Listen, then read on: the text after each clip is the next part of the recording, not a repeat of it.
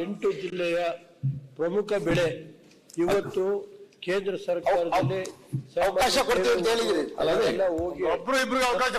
ಜಿಲ್ಲೆಯ ಶಾಸಕರು ನಾವು ಹೋಗಿ ಬಾಲಕೃಷ್ಣ ಅವರು ಇರ್ಬೋದು, KR ಪೇಟೆ ಮಂಟು ಎಲ್ಲ ಹೋಗಿ ಸ್ವರೂಪ್ ಅವರು ನಾವು ಹೋಗಿ ಪ್ರಧಾನಮಂತ್ರಿಗಳನ್ನು ಭೇಟಿ ಮಾಡಿ ಮುಂಡವರು ಆಯ್ತು ಅಲ್ಲ. ಇವತ್ತು ಈಗಾಗಲೇ ಕೊಬ್ಬರಿ ಖರೀದಿ ಕೇಂದ್ರನ ನಫಾಡಿಂದ ಮಾಡಿದೀವಿ. ಕೆಲವು ಕಡೆ ಈಗಾಗಲೇ 6 ಜನ ಅಧಿಕಾರಿಗಳು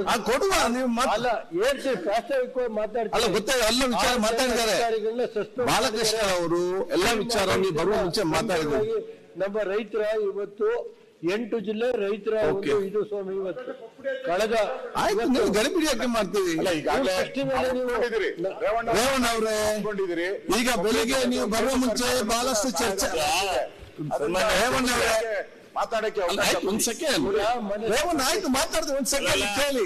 ಕೊಪ್ಪರಿ ವಿಚಾರದ ಬಗ್ಗೆ ನಾವು ಮುಖ್ಯಮಂತ್ರಿಗಳ ನಿಯೋಗ ಕರ್ಕೊಂಡು ಹೋಗಿ ನಾವು ಅವ್ರು ಮಾತಾಡ್ಲಿ.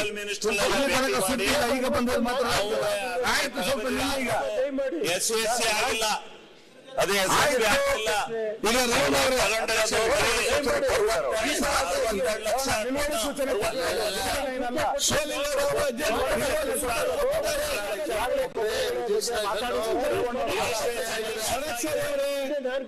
ಶಿವಲಿಂಗೌಡ್ರೆ ಅವರು ನಿಯಮ ಪ್ರಕಾರ ನಿಲುವಳಿ ಸೂಚನೆ ಕೊಟ್ಟಿದ್ದಾರೆ, ಅದಕ್ಕೆ ಅನುಗುಣವಾಗಿ ಅವರು ಮಾತಾಡಿದ್ದಾರೆ.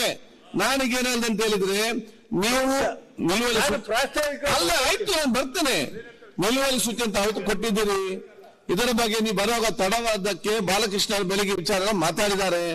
ನಮ್ಮ ಬಹುಶಃ ಇವತ್ತು ರಾಜ್ಯ ಭಾಷಣಕ್ಕೆ ಸಂಬಂಧ ಮಾತಾಡಿದ ತಕ್ಷಣ, ಅನುಮೋದನ ತಕ್ಷಣ ನಾವು ಇದಕ್ಕೆ ಅರ್ಧ ಗಂಟೆ ಚರ್ಚೆಗೆ ನಾವು ಕೊಡುವ. 69 ಕೊಡ್ತೇನೆ, 69 ಚರ್ಚೆ ಕೊಡುವ, 69 ಕೊಡುವ.